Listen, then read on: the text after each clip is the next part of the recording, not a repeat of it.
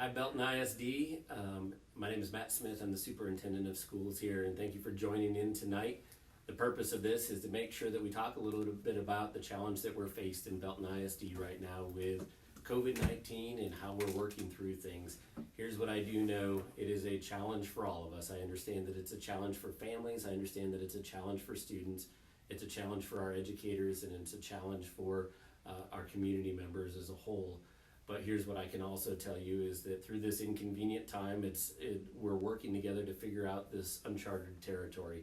We are doing our best to plan on a regular basis and trying to make sure that we are thinking through all possible outcomes that could happen to Belton ISD right now and making appropriate plans for them.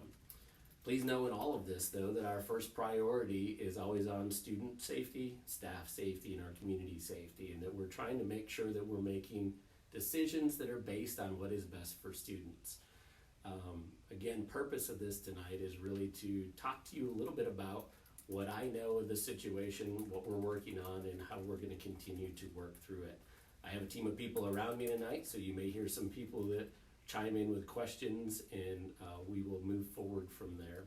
Again, one more time, my name is Matt Smith. I'm the superintendent of schools, and thank you for being on this Facebook Live tonight while we talk a little bit about COVID-19 and our plan in Belton ISD.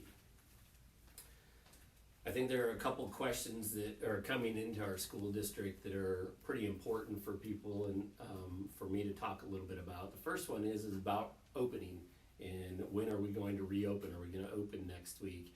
Here's what I would like the community to know about that. We are doing our best to make informed decisions and do it in a timely manner. When I say an informed decision, some of the things that we're struggling with on a regular basis is to understand what community spread could look like in Belton ISD if we had community spread around us, and how do we plan for that appropriately if we need to be out of school for an extended period of time. There are a lot of medical things that weigh into all of this, and so we look to our medical professionals for help. I can tell you that our team works with Belton County Health Authority on a regular basis, and we look to a lot of the CDC guidance on all of this, and we will continue to use that information along with information from our other local authorities to make good decisions for our school district. Our hope is that we get information out to you in the next 24 to 48 hours so that you as a family can plan if we do have additional closings in Belton ISD, but also know that we're working with specific leaders tomorrow to actually gather more information so that we can make the best decision possible at this time. Again, if I go back to what is guiding us in this, it's all about focusing on the safety and welfare of our students and staff, so please know that.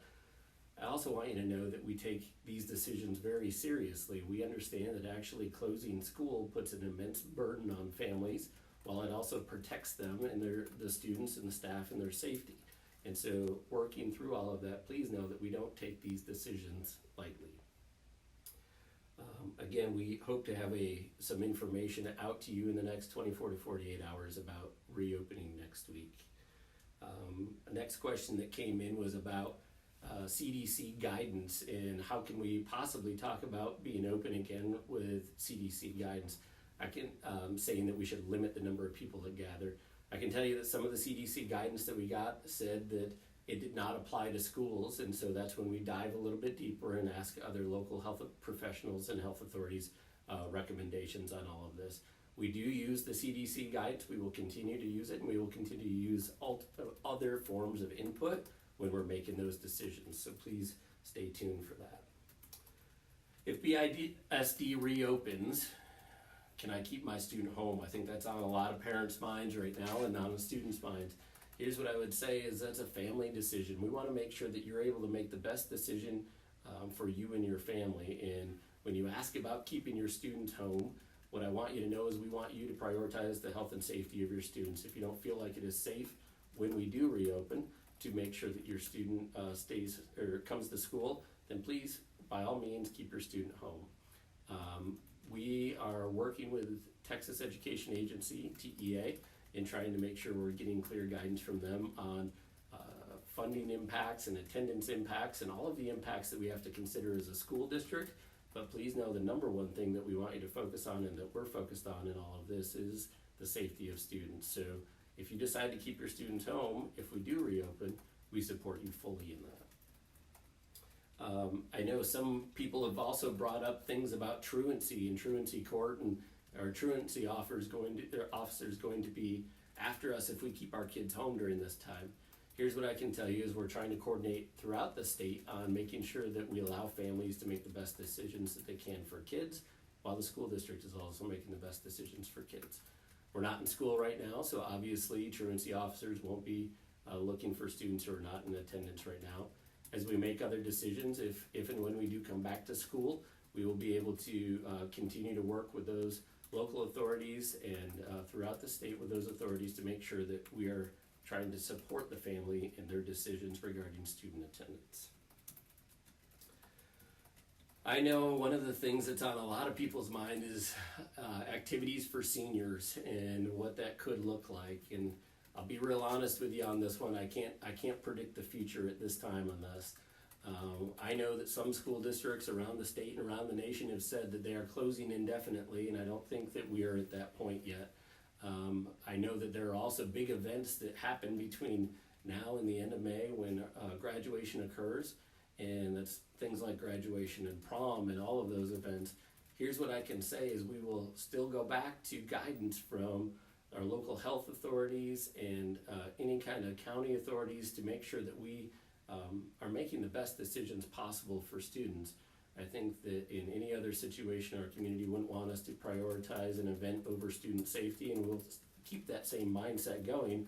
But at this point, we're not ready to say that things are canceled yet. We are going to keep working to try and figure out how to get those great student experiences if we do reopen, and how to allow our students to participate in those experiences. But we can't predict the future at this time, so I can't give you a direct answer on whether or not we're going to be able to hold graduation and whether or not we're going to be able to hold big events like prom for our kids in our school district. I think finally the last thing that I've heard that is one of those major themes that we hear is, are we going to have to make up days?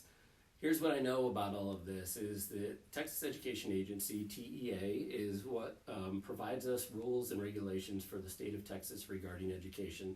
Normally we have a number of minutes that students have to be in attendance. Tonight our board granted the authority for us to have an attestation to the state of Texas that during these school closures, we're going to do our best to provide learning opportunities for students during those times. And by doing that, some of those minute requirements are waived. At this point, I don't think that we will have to make up a major amount of time in the summer. Obviously, a lot of it depends on when we're able to roll out educational learning opportunities for students and also additional guidance from the state and health authorities. But please know, our goal is to make sure that we're respecting the students, the families, and their time together. And so we're trying to do everything that we can, like provide this attestation to TEA, that we will provide the learning opportunities for students, and in doing so, hopefully we won't be going deep into the summer for makeup time and all of this if we continue to be out of school. I think at this time we should probably just make sure anybody that's joined us knows, my name is Matt Smith. I'm the Superintendent of Schools in Belton ISD, and tonight we're here just to share information with you all regarding where we are in COVID-19 and our response and what we can actually do to pull together as a Big Red community and try and make sure that we are serving the needs of our students through this time. Yeah, there's a couple questions about employees and getting paid and, transportation employees, teachers, other staff. So I have great news on that one. One of the things that I think is really important is our Board of Trustees took action tonight, and it allows us to continue paying our staff in Belton ISD. That means staff that are hourly employees, staff that are salary employees. So everybody that works for Belton ISD on a regular basis is able to continue to get paid because of the action the board took tonight. And so it's a special thanks to our Board of Trustees for valuing that. Also knowing that we have people who are working round the clock on a regular basis right now to try and figure out plans and support for the learning opportunities for students. And so I applaud the Board of Trustees and their action tonight and our ability to continue paying people. And we will continue to work through it. If you have questions about those types of things, employees, please be on the lookout for email from your supervisor or from our human resources department, because they can help guide you with some of that information.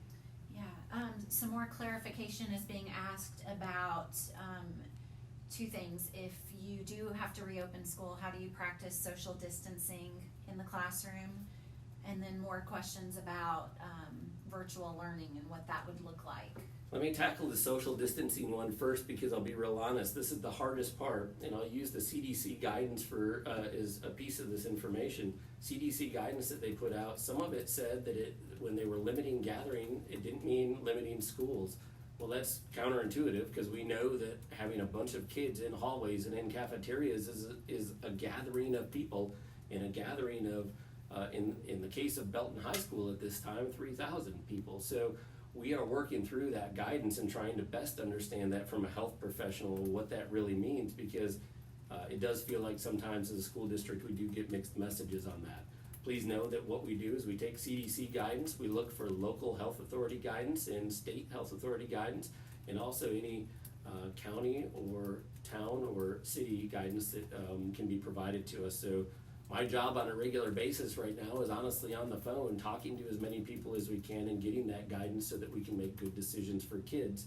We will continue, as I mentioned earlier, please know, we will continue to prioritize the health and safety of our students and staff in all of these decisions, and we will do our best to communicate with clarity to our staff and our community in a timely manner. So over the next 24 to 48 hours, please know that we will continue to try and get additional information out to you.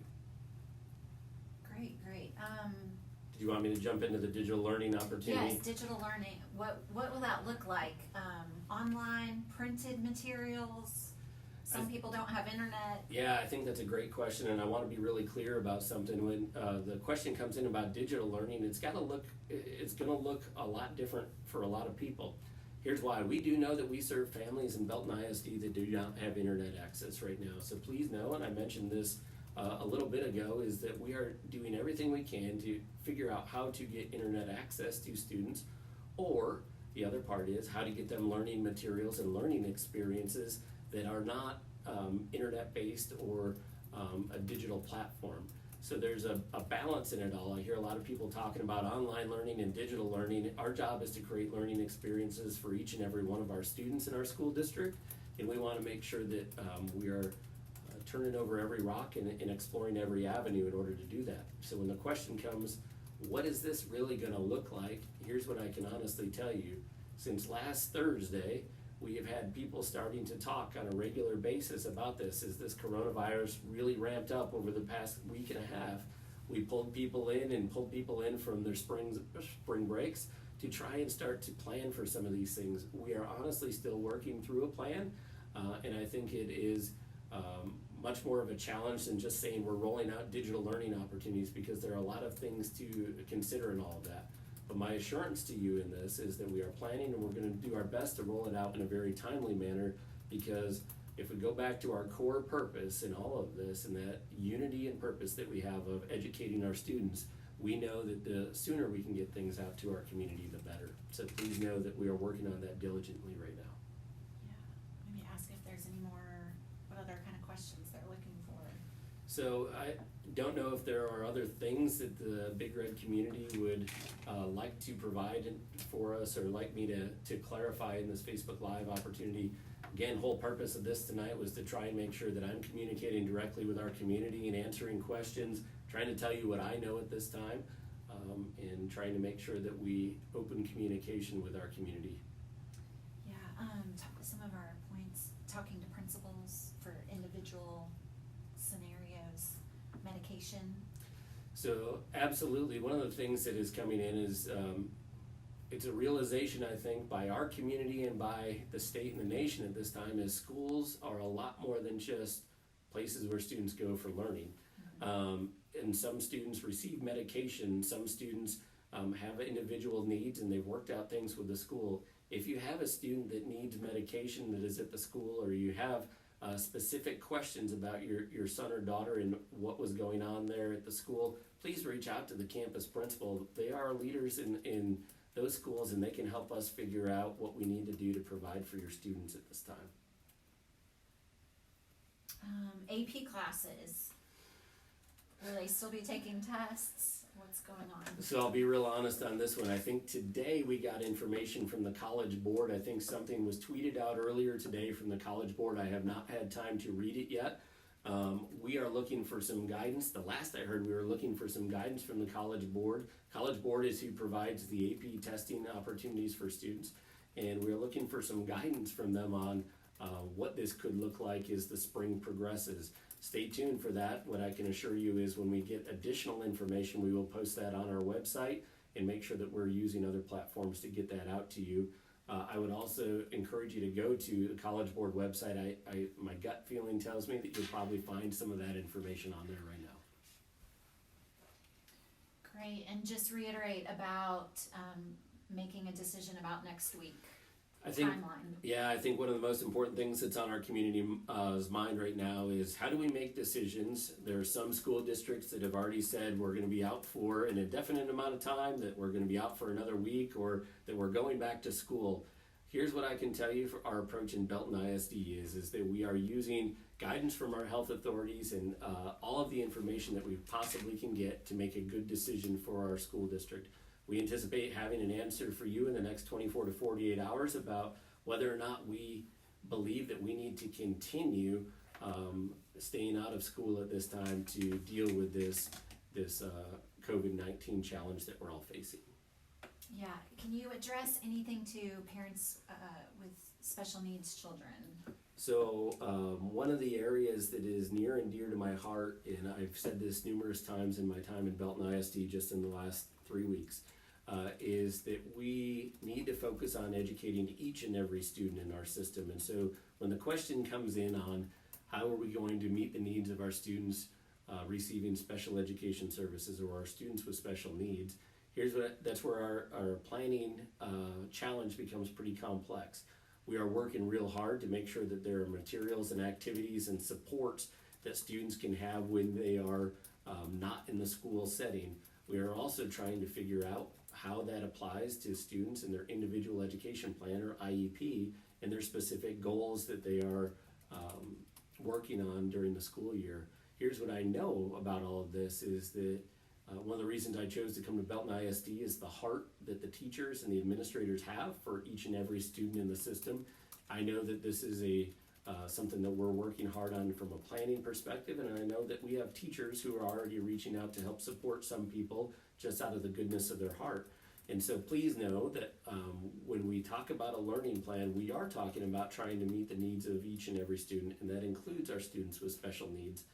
Being honest, we are changing educational models as we speak right now. When we're in a situation where we can't bring kids to us, it makes us rethink all of the things that we are doing. And so we're working on that plan. We will do our best to get that out in a timely manner, and we will prioritize students and their well-being and their learning opportunities through all of this. Great, and what can you say for a parent that needs to handle some paperwork with admin, is maybe changing schools or enrolling? If you have questions like that, I would definitely start with your home school that you attend already. You have relationships usually with those administrators, so I would contact them. If you need to contact the central office for anything, look for the department that's most appropriate. We will all do our best to try and make sure that we are answering questions as quickly as possible. But I also want to point out that we have a link that we provided yesterday in some communication to everyone that provided an opportunity for our community to ask questions. If you have to use that link and submit those questions to us, we will try and route that appropriate question to the right person so you can get the answer that you need. Great. A parent is saying, can you please put hand soap in all the restrooms at schools? Sometimes that's been an issue where it's not filled. I have good news on that one. I applaud Dr. Battershell. I think this happened right before I got here, and some of our staff, they made some changes to hand soap and the soap that we were using in our school district. And from my understanding, right before we went on spring break, we were assured that we had all soap dispensers working in our school district with the appropriate soap that we need at this time. Here's what we've asked people to do is we do have some staff members working, and we do have them checking those soap dispensers throughout every building in our school district. So as when we do reopen eventually, we make sure that students have access to soap. Great. Will grade school kids be issued tablets or computers for online learning? That's a tricky one because I want to say, we're going to use all available means that we possibly can to make sure students continue learning if we're out for an extended period of time. There also depends on the resources that we have and what each student needs or each grade level might need. So being honest, I can't answer that question fully until we really know how this is going to play out. Our assumption in all of this is that we do have one-to-one opportunities for our secondary students, and we will continue to use those. For our elementary students, we realize that it might look a little different, and we might have packets of information or websites that you can go to on your personal computers to be able to access learning opportunities and different lessons. So that situation is fluid, but we are planning for multiple avenues to probably be used. Great. If a parent is waiting on a 504 meeting to be scheduled, is that something that can be handled over the phone? So we're working on getting some guidance on that from TEA, being honest, and trying to see how we actually pull some of these meetings together. What I would encourage that parent to do if they have questions about specific IEP related things or 504 related things according to their student need, please make sure you reach out to your building, use our question form, we'll route it to the right person, we'll get you in communication, and we'll try and make sure we're bridging that gap and coming up with a plan on how we can meet eventually if we do not start school again soon. Yeah, great. There's a lot of concern about New Tech's prom, which is scheduled for next week. What can you say to those families? Here's what I would say about New Tech's prom. I understand that's on your mind immensely right now, and it is coming up soon. I promise you that we're going to work to make a thoughtful decision here coming up in the next 24 to 48 hours. If we are not in school, we obviously won't be hosting events next week, and here's what I would like you to know. I want to use the word postpone rather than cancel at this point. We don't know if we are not in school next week. We don't know how long we might be out of school. And so I understand that the prom is an experience that students want to have, and I think that it would be wise to postpone if we are not in school next week, see if there are opportunities for us to schedule that so students can still have that experience. If it turns out that we are out for an extended period of time, we would not have prom if we're not having school, and I need to be real honest about that. But just know that we understand that experience is one that students want, and we're going to do our best to try and figure out how to create those experiences if possible. Great. Let's see. This is kind of a specific question, but if you were to reopen, would families be given any kind of option to continue distance learning because they may have an immune compromised family member in the house? Yeah, and that is one of the most important things that we realize in all of this. If school were to reopen, what do we do when students have medical needs or family preferences to stay home? We are working through all of those planning scenarios right now, and as soon as we make a determination on whether or not we're going to be in school, we will know have a little more guidance on that.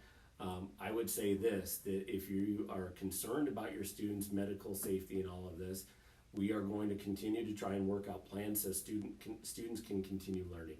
And I want to reassure our parents and our students that we understand that. We're prioritizing the health and safety of our students, and we will continue to do our best to make sure that students have learning experiences and can prioritize their health and safety at the same time.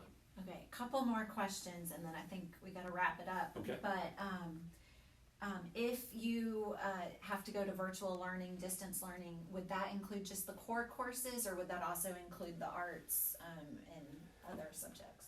This is another hard question, and here's what I need you to know is I think that it might look a little different than we all imagined. I think we're going to have some core learning opportunities, but I think the ability to engage students in other activities like the arts might not look like a particular class that they may have had in the past, but it might be activities that they can engage in to experience the arts from home. I know that our curriculum team is exploring all of those options. I can tell you that we have networked with different districts around the state, some of our local districts that are great partners with us, like Temple ISD and others, and also some districts in the Austin area and the Dallas area and whatever other districts that we have connections with. We're doing our best to learn from what they are trying to plan as well and share ideas. So Our goal is to try and create a great learning opportunity for kids if in fact we do end up out of school for an extended period of time. Great. And employee question is, have you thought through a situation for employees, if you were to reopen, employees that are in high-risk scenarios, either pregnant or pre-existing conditions? Yeah, it's a tough one to generalize on that. Same thing, same message to employees that we're saying to families.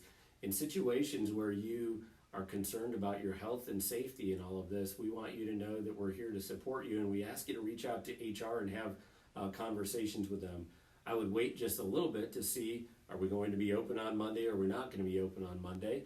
In truth, I think if you are concerned about health and different health-related concerns regarding COVID, please talk to our Human Resources Department. They can help give you some guidance in that, and seek some guidance from your health professional that you see on a regular basis. Great. And just as we wrap up, can you touch back on seniors and what this looks like for them potentially, and then finish up with your expected timeline for making a decision about next week? Sure, I'll start with the timeline if that's okay. The timeline for making a decision about next week is the next 24 to 48 hours. We are using different information from different health authorities, from the CDC, from our local health authorities, from other school districts to help make good informed decisions in all of this, prioritizing the safety and well-being and health of our students and staff. So look for that in the next 24 to 48 hours. Our goal is to try and make sure you have that information. Regarding seniors and all of this, we know that there is a lot on your mind regarding graduation. Am I going to be able to graduate? Am I going to be able to participate in the graduation ceremony? Am I going to actually be able to go to prom? Here's what I would say on all of that is we know more, we will share more. Our goal is always to make sure that you have the experiences that you want from high school, and that you're able to enjoy that senior year, learn the things that you're supposed to learn, and take those next steps in life after graduation. Our educational landscape changed greatly in the past couple of weeks, and so we are evaluating how we provide you those experiences if we're not able to be in school. I mentioned prom earlier. I want to reiterate in all of this, I think the most important thing is if we're not in school, we won't be holding proms and things like that. And we are going to follow guidance from local health authorities. If they say, hey, we're not supposed to have big crowds together, we will use that for some of our decision-making information. I would say that we would just use the word postpone at this time. My hope is that we're back in school sometime and we're able to provide students that experience of prom and graduation. I obviously can't guarantee that to our community right now because health and safety is the top priority that we have. What I can promise you is we'll communicate as soon as we possibly can, and we're going to use that focus on students and a focus on the health and safety of everyone is our guidance for our decision making. Great. And can you, as we wrap up, let everyone know how we're going to be communicating each day? So I believe we have a planned communication to go out at 7 o'clock every day to our community, and we decided to make sure that we were not just doing letters from me to the community, but very short, brief updates on a daily basis so you know our status. I would anticipate that you'll see that continue even while, let's say we do open on Monday, we would continue to make sure we're providing our families some information during that transition time. If we do not open on Monday, please know that we will continue on a regular basis to provide you updates. Those updates will come on our website. We will continue using SkyAlert to make sure that people get the right information, and hopefully we will continue to do our best for our families and make sure you know those things. All right. I want to thank everybody again for your time tonight. Again, I'm Matt Smith, Superintendent of Schools here in Belton ISD. I'll be honest, I didn't anticipate this would be my first 3 weeks on the job. I am excited to be here, and I can promise you this is the heart of the Big Red community is why I came here, and that's what will get us through all these changes. Thank you for your time, and we'll work together to figure things out.